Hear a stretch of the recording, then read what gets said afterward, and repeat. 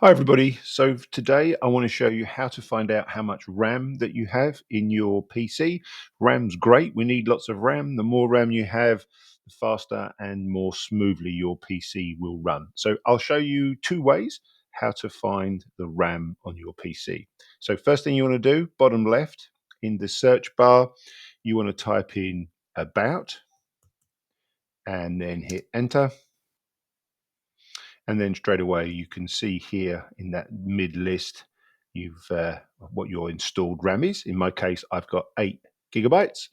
If that doesn't work for you, the next thing you can do, again on the bottom left search bar, type in system and go to system information.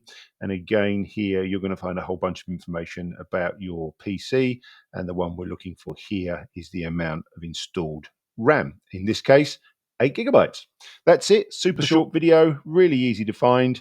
I hope you find it helpful. If you did, please consider subscribing and maybe even hitting that notification bell so we see each other in the next video. Take care, everybody.